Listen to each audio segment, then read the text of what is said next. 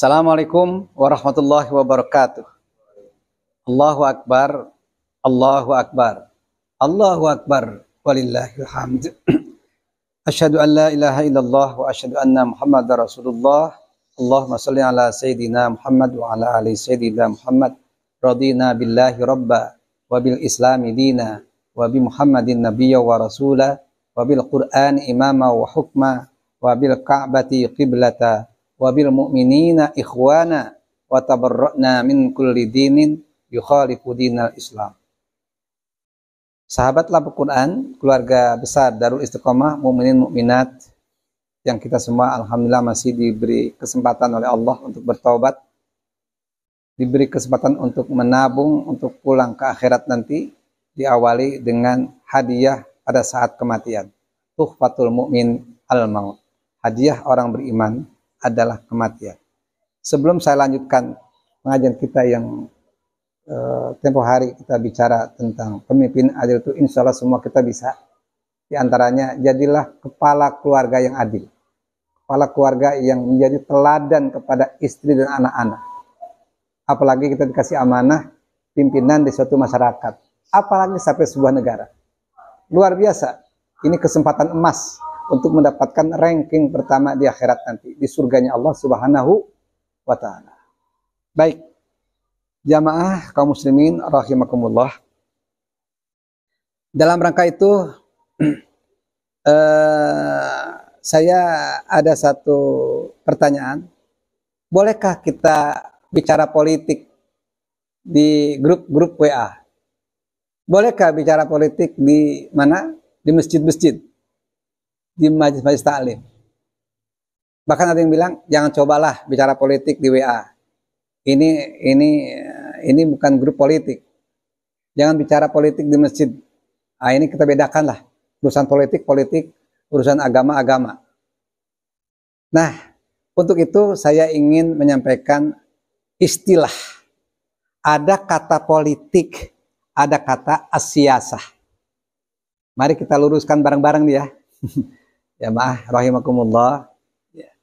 Sebenarnya di dalam Islam itu Rasulullah itu bersiasah, sahabat bersiasah, para tabi'in bersiasah, orang beriman sampai akhir zaman bersiasah. Rasul itu bersiasah dalam kehidupan berkeluarganya. Rasul bersiasah dalam memimpin masyarakatnya. Bahkan Rasul bersiasah ketika beliau berada di Yasrib yang menjadi Madinah Al-Munawwarah, sebuah negara rintisan, sebuah negara city state. Jadi negara kota masih kecil, tapi akhirnya berkembang sampai negara dunia di masa sahabat sampai tabi'in. Nah, itu semua kesuksesannya karena bersiasah. Perlu pahami dulu nih. Apa sih asiyasah itu? Asiyasah itu diantaranya saya nukil tentang pendapat ulama, bisa dicek Pak di beberapa kitab tentang fiqh siyasiyah. Asiyasah hiya riayah an su'unil ummah.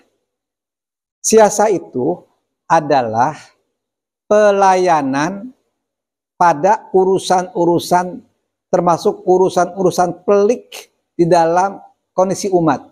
Jadi melayani umat itu siasah. Nah, umat kalau kita menjadi pimpinan di keluarga, umat kita siapa? Kan gitu ya. Rakyat kita adalah istri kita. Di mana nanti istri kita menjadi pembantu kita, jadi wazir atau menteri kita.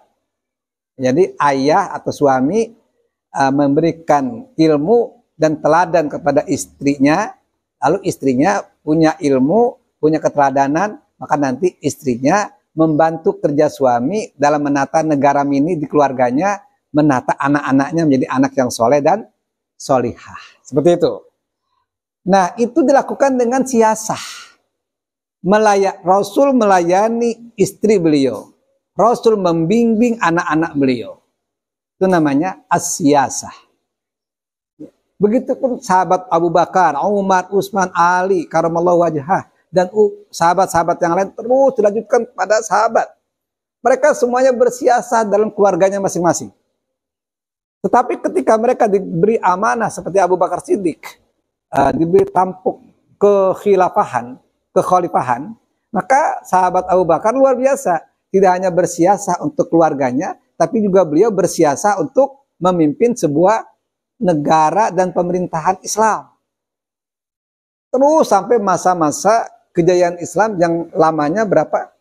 Dari 1 Hijriah, tepatnya kurang lebih Rabiul Awal tahun 1 Hijrah sampai 27 Rajab 1342 Hijrah atau 3 Maret 1924. Masa yang sangat panjang. Ini siasah dilakukan oleh Nabi, sahabat, tabi'in. Maka terjadilah kondisi umat yang baik dengan disebutnya sistem Islam. Itu siasah namanya. Jangankan umat Islam yang merasakan kenyamanan, kenikmatan hidup, di luar Islam pun merasa nyaman, merasa ada keadilan, merasa disejahterakan. Jadi Islam itu tidak hanya memikirkan orang yang seagama Islam, tapi orang di luar Islam pun dikasih keadilan, dikasih kesejahteraan. Luar biasa. Namanya siasah. Tetapi apa sih makna siasah? Kan begitu. Tidak ada padanan lain. Siasah itu umumnya kita mengartikan siasah adalah politik. Jadi siasah adalah politik. Siasah sama dengan politik. Cuman ketika berbicara politik, kita ini sudah tercemar dengan pemikiran sekuler. Di mana politik itu, apalagi kalau kita baca politik ala Machiavelli, ya Pak ya, Ibu, kamu minum rahimakumullah, maka politik itu menghalalkan segala cara. Bahkan istilah politik itu adalah mempengaruhi orang lain agar orang lain ikut kepada dia. Nah, cara mempengaruhi itu berbagai macam cara. Bisa jadi dengan membohongi publik, padahal dia pembohong tapi mengakunya dengan seakan-akan orang yang jujur. Apalagi di zaman media sosial hari ini ya, modelnya pencitraan, sehingga terbungkus yang buruk-buruk, yang baik padahal buruk. Inilah politik, banyak banyak tik, banyak intrik. Jadi kalau memang politik dalam artian di situ, saya mengatakan haram berbicara politik di grup WA, begitu.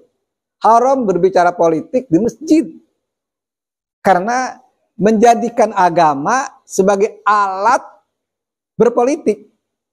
Nah, sementara kalau politik dalam artian siasah, yaitu riayah an su'unil ummah, pelayanan urusan-urusan publik, urusan umat atau rakyat, itu wajib disampaikan di WA atau di masjid-masjid, di mana-mana. Sebab politik dalam artian siasah tadi untuk kebaikan. Jadi kalau siasah itu adalah suci dan mulia. Saya ulangi, siasah itu suci dan mulia. Jadi kalau politik dalam artian siasah itu suci dan mulia. Apalagi dia punya jabatan siasah, memegang siasah. Jadi imam, ranking pertama ke surganya. Tetapi kalau dia berpolitik dalam artian model Machiavelli, maaf ini, ya, pemikiran sekuler, agama tidak diikut sertakan dalam kehidupan bernegara dan pemerintahan, ya inilah akibatnya.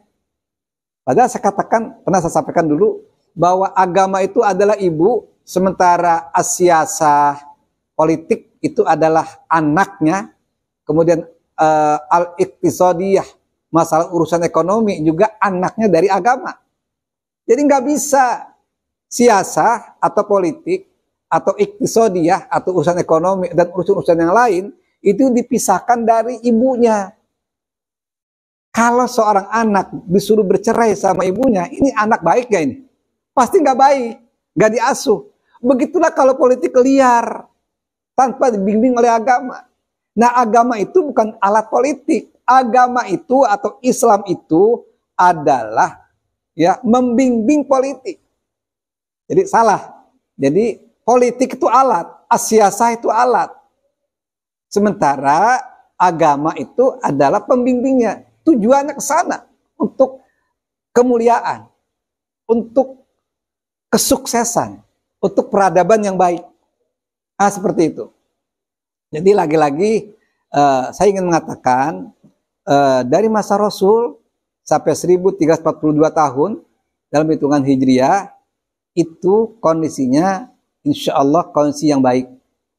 Di mana ketika itu itulah terjadinya siasah. Sementara dari 27 Rajab ini pas momennya Isra Mi'raj, peringatan Isra Mi'raj 1342 atau 3 Maret 1924, maka siasah itu bukan siasah dalam arti riayah an su'unil ummah, tapi siasah yang betul-betul politik pemikiran sekuler. Begitu. Maka dari sudah 100 tahun lamanya ini. Kan dari 27 Rajab nih. 1342. Sekarang udah lewat nih. 27 Rajab 1445. Jadi 103 tahun hidup dalam kondisi jauh dari sistem siasah. Ini betul-betul politik murni ala ya Machiavelli dan lain-lainnya. Wajar kalau hari ini rusak. Wajar. Mari kita kembalikan pemahaman politik dalam artian as-siyasah. Lagi-lagi, ya, silakan Anda, kita yang menjadi kepala keluarga bersiasahlah, berpolitik dengan politik ala Rasulullah Sallallahu Alaihi Wasallam, bagaimana jadi teladan kepada keluarga.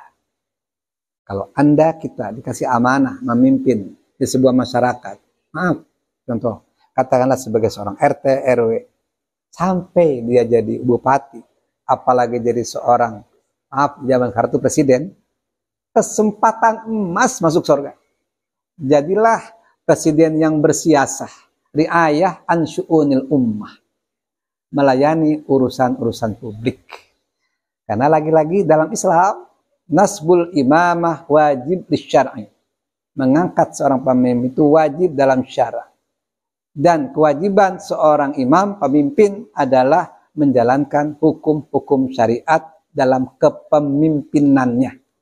Jadi gini, kalau seorang laki-laki setelah menikah, wajib bagi laki-laki itu melaksanakan hukum-hukum syariat dalam keluarganya. Kalau tidak, ini sudah melanggar suami. Sebab dia menikah dengan cara Islam. Ya. Kemudian kalau dia jadi seorang RT di lingkungan Islam nih, ada juga non-muslim yang nggak apa-apa. Maka jadilah seorang RT yang berusaha menegakkan, menjalankan hukum-hukum syariat di lingkungannya. Itu insya Allah akan menimbulkan kebaikan. Tidak hanya untuk muslim, tapi juga di luar muslim akan menimbulkan kebaikan. Begitupun kalau diangkat sebagai ketua RW, lebih tinggi lagi, sebagai lurah. Saya yakin, hukum mana lagi yang terbaik? Apa hukmal jahiliyati yabghun? Wa man ahsanu minallahi hukman liqaumi yuqinun. Apakah hukum jahiliyah yang mereka terapkan? Adakah hukum lain selain hukum Allah bagi orang-orang yang yakin? Pasti tidak ada. Hanyalah hukum Allah yang terbaik. Sekitar itulah barangkali yang ingin saya sampaikan. Begitu pentingnya pemahaman politik dalam artian as-siyasiyah, yaitu riayah an syu'unil ummah. Kalau itu yang terjadi, insya Allah kita, meskipun kita hanya sebagai pemimpin keluarga, insya Allah kita termasuk orang yang suci dan mulia. Tapi sebaliknya, kalau tidak, maka kita termasuk orang-orang yang kotor dan hina. Seorang kepala negara menerapkan as-siyasah al-islamiyah, maka insya Allah kepala negara yang suci dan mulia dunia akhirat. Tapi kalau tidak, na'udzubillah summa na'udzubillah, dengan rasa kasih sayang cinta yang mendalam dari kami, kasihan sekali Anda atau kita menjadi pemimpin yang kotor dan hina dunia apalagi akhirat nanti. Rabbana atina fid dunya hasanah wa fil akhirati hasanah wa qina adzabannar. Alhamdulillahirabbil alamin. Assalamualaikum warahmatullahi wabarakatuh.